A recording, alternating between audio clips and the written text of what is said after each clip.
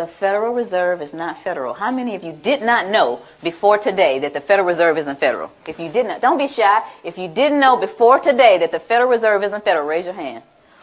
Most people don't know that. 9 out of 10 people that I asked off the street don't understand that the Federal Reserve is a non-auditable private banking cartel. They are collecting $36 million an hour in interest from the American people. My children, my 2 children, were born $86,000 in debt based on the national debt. Now, why am I going to take away from those children to give to somebody that is going to be born in 2030? It's not going to happen. So that was my decision. It was very easy. You know, you think about stuff like fear. Oh, the IRS is going to get you. They're going to take your stuff. That's not important to me. Stuff's not important to me. My children are important to me. I'm one of those mothers that will roll up her sleeves with one leg and try to whoop you if you mess with my children. And I think that a lot of mothers are like that. So this is what my decision was. And I went on and started educating people. One of the things that people asked me once I made this decision and started talking about it, how are we going to run the country without the income tax? I don't know how much Dan got into it, but the Grace Commission report that Ronald Reagan put out in 1984, says that none of the money collected in income tax goes towards running the country. But the bottom line is it's not going towards running the country, so you patriotic people out there, you've been fooled. Beardsley Rummel, he was Federal Reserve Chairman back in 1946, did a speech before the American Bar Association. The title of his speech was Taxes for Revenue Are Obsolete. Within the body of this report, he says that the taxes, the income taxes for redistribution of wealth. What is redistribution of wealth? What is that? That's taking from me that I've worked hard for and giving it from somebody else to somebody else. Shouldn't I have the right to redistribute my wealth if I want to?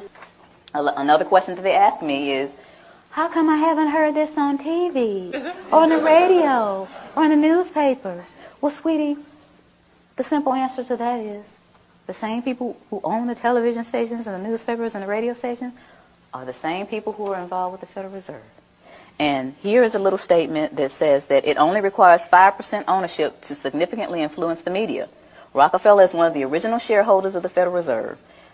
As early as 1963, the House Banking Subcommittee reported that Rockefeller, through Chase Manhattan Bank, controlled 5.9% of the stock in CBS and the bank and gained interlocking directorates with ABC.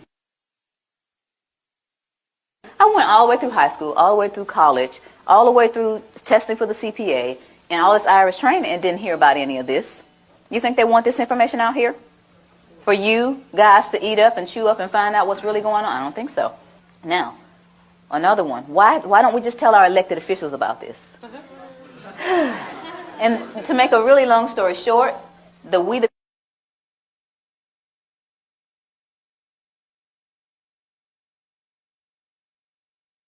People Foundation, the same people that put out this ad, put together a hearing. And these 40 researchers were going to ask the IRS and the DOJ these questions, and we're going to have this big meeting in Washington called the Truth and Taxation Hearings. Okay? So we got together with 537 questions. So we sent them the 537 questions so they could research and have the answers, and what did they do? They reneged on coming. They signed off on it, but they reneged on coming. So you all didn't get to hear the truth. We went on and had the hearings anyway, put it on CD, marched around Washington, giving it to all 535 congressmen and senators. Please look at this information. We got stupid responses back like, thank you for visiting our offices in Washington. The next time you come to Washington, please visit us again. They don't care. Your presidents don't care. Another one that they ask me, or they'll say something like, well, this just sounds like it's some kind of conspiracy theory. Y'all hear that a lot? Okay. But tell me this, what's the difference between a conspiracy and a strategy? Don't you understand that this is all by design? All this black, white stuff. You're white, I'm black, you know. You're Democrat, I'm a Republican. You know, y'all heard of divide and conquer before, right? Why y'all letting them do it to us? While I'm sitting up here arguing with this man about what his great-great-great-granddaddy did to mine, there's this big old fence closing in around us. And while I'm sitting here wasting time and he's sitting here telling me why he doesn't know, we need to put our heads together and figure out how to get out of this fence that these people are building around us. Am I right? Yeah. That's what we got to be. Divide and conquer, we can't let that work anymore. It's been working all these years. Then we need to get together and understand. First of all, you need to understand what is going on with your money. You work hard. It's like we're a hamster on a wheel. This country started out with taxation without representation. Where are we now? Why did we get back to where we started? We got lazy and comfortable. Get out your comfort zone.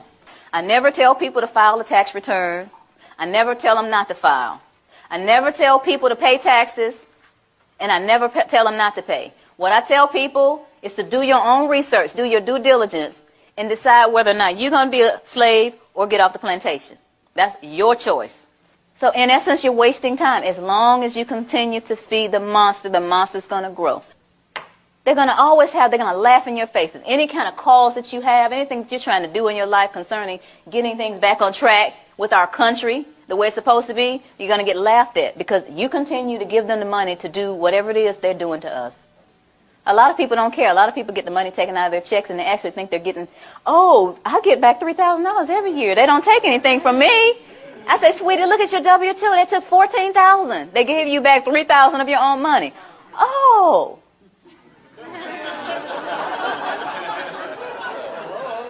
But the point is, if each of us understands where we are, who we are, and tries to do something about it, then we're going to get somewhere.